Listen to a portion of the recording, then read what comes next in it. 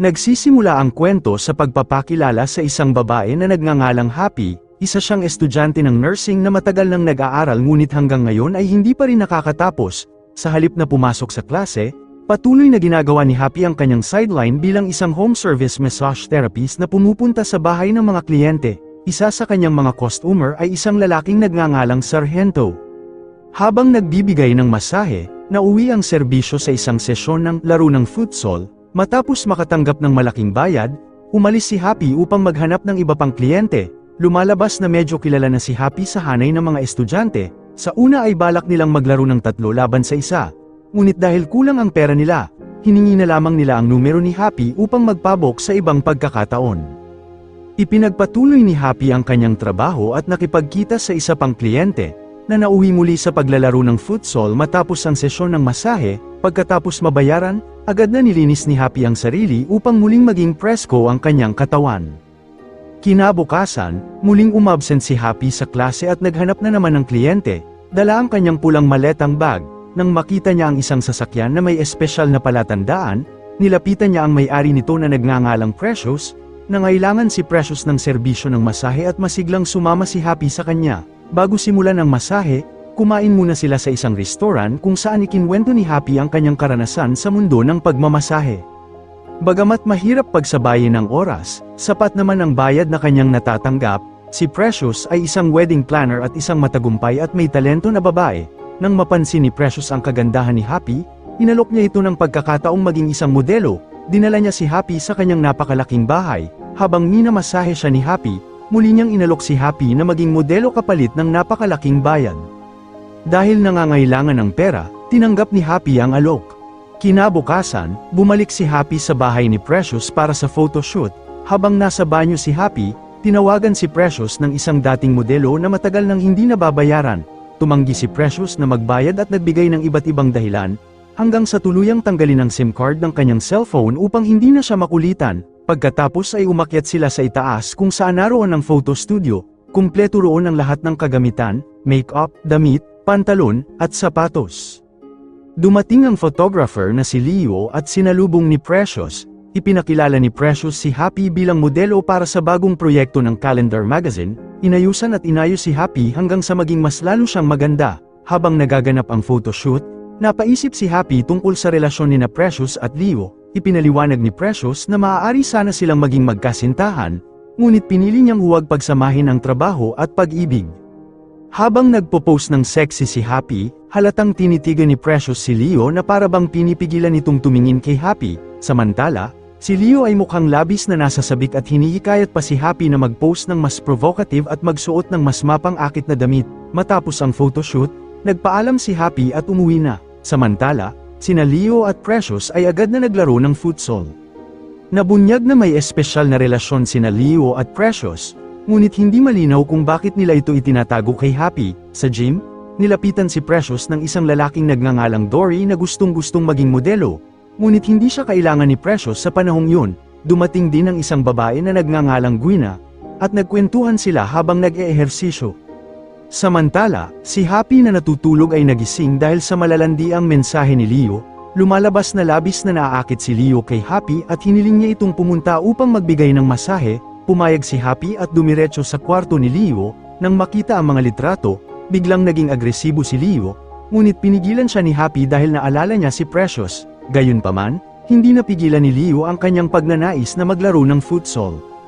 Dahil pareho rin namang may gusto si Happy kay Leo, nauwi sila sa paglalaro ng futsal. Nagtagal si Happy roon dahil hindi pa siya kontento. Pag-alis ni Happy, nagtungo si Leo sa isang sinasabing lihim na silid. Doon pala niya ni-record sa CCTV ang lahat ng kanilang paglalaro. Kinopya niya ang video at inilagay ito sa isang hard disk. Kinagabihan, pumunta si Precious sa kwarto ni Leo at inaya itong maglaro ng futsal. Dahil pagod, tumanggi si Leo. Nagalit si Precious at palihim na pumasok sa lihim na silid ni Leo. Doon niya natuklasan ang video ng paglalaro ni Leo at Happy noong araw na yun.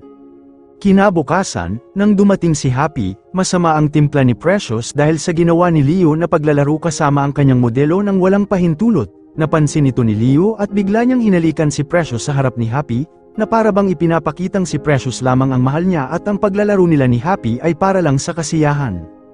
Sa madaling sabi, nakipagkita si Precious sa isang matandang Hapones na nagngangalang Gary. Ibinente niya kay Gary ang mga litrato ni Happy sa napakataas na halaga. Pagkatapos nito, binilhan ni Precious si Happy ng ilang bagong damit. Bihira kasing bumili ng bagong damit si Happy dahil nauubos ang pera niya sa matrikula at gastusin. Dahil dito, inalok ni Precious si Happy na tumira na kasama niya. Sa kondisyong magiging sikat siyang modelo at gagawa ng mas marami pang photoshoot. Bago dumating si Happy, naglagay si Leo ng kamera malapit sa sala. Kinagabihan, nag-inuman silang tatlo upang ipagdiwang ang kaarawan ni Leo. Nang malasing, naging mas matapang at mapusok sila. Muli na namang naganap ang laro ng futsal, kung saan si Leo ay kailangang bantayan ng 2 goal ng sabay. Kinabukasan matapos ang klase, nakipagkita si Happy kay Sargento. Lumalabas na namimiss na ni Sargento ang paglalaro nila ng futsal. Ngunit hindi sila makapaglaro noon dahil may klase pa. Matapos magpalitan ng numero ng cellphone, naghiwalay sila. Di nagtagal, dumating ang isang sursen at ang kanyang mga tauhan kay Sargento, na tila may pinaplano silang misyon. Kinagabihan, napalibutan na ng pulis ang bahay ni Precious. Si Happy, na walang alam sa sitwasyon, ay pumunta roon upang magtrabaho. Ngunit sa halip, hiningan siya ng salaysay ng sursen dahil pinaghihinalaang sangkot siya sa pagbebenta ng mga video ng paglalaro ng futsal online. Doon na pagtanto ni Happy na siya ay sinadya palang pinan upang maitala sa video. Dinala ng pulis si Happy sa bahay ni Gary. Ang lalaking bumili ng kanyang mga litrato, ngunit sa halip na parusahan, pinilit ng sursen si Happy na makipaglaro ng futsal sa kanya kapalit ng paglilinis ng kanyang pangalan. Agad pumayag si Happy at naging magulo at mabangis ang nangyaring laro. Matapos iyon, agad umalis si Happy at nagpadala ng mensahe ng pananakot sa sursen. Lumalabas na naitala rin ni Happy ang kanilang ginawa at kung hindi susunod ang sursen sa kanyang mga utos, ikakalat niya ang video at masisira ang reputasyon at trabaho nito. Samantala, sina Leo at Precious ay nagtangkang umiwas sa pulis matapos maging opisyal na mga pag-anti dahil sa pagbebenta ng mga video. Bumalik sila sa kanilang lumang bahay na lihim ding lugar ng paglalaro. Lingid sa kanilang kaalaman, minamanmanan na pala sila ni Happy. Nang umalis si Precious, agad nilapitan ni Happy si Leo. Nagpanik si Leo at naghanap ng dahilan upang pagtakpan ng kanyang kasalanan. Nang muntik na siyang matukso muli, biglang nagpaalam si Happy at iniwan siya.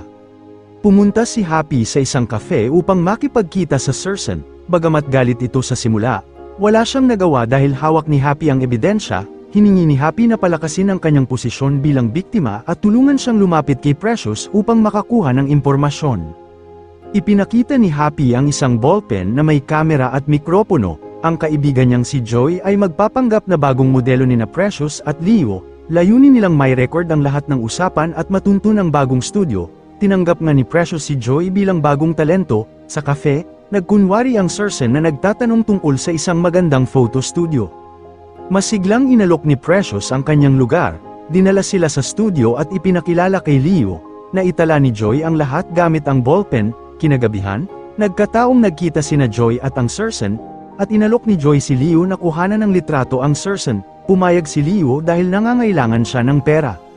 Matapos makumpleto ang lahat ng ebidensya, nagplano sina Happy at ang sursen upang hulihin sina Leo at Precious. Ipinakita ni Happy kay Leo ang mga ebidensya.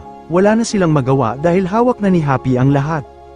Kinabukasan, hinarap ni Happy si Precious sa gym at ipinakita ang video ni Leo na kausap ang sursen. Sinabi niyang magkasabwat na sila ng pulis upang aipakulong sina Precious at Leo.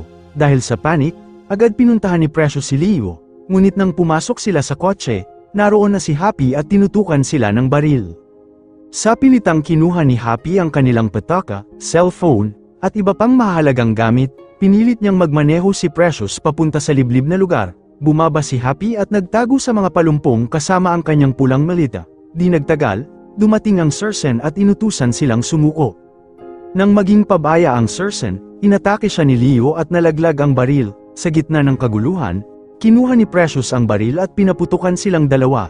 Inilagay niya ang baril sa kamay ng sursen upang pagtakpan ng krimen. Ngunit buhay pa pala ang sursen at pinaputukan si Precious. Pagkatapos nito, lumabas si Happy, nilinis ang baril, at inilagay ito sa kamay ni Leo.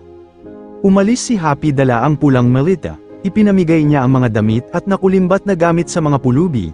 Sinunog niya ang lahat ng file at litrato upang burahin ang masasamang alaala. Sa huli, itinapon niya ang pulang malita bilang tanda ng pagsisimula ng bagong buhay.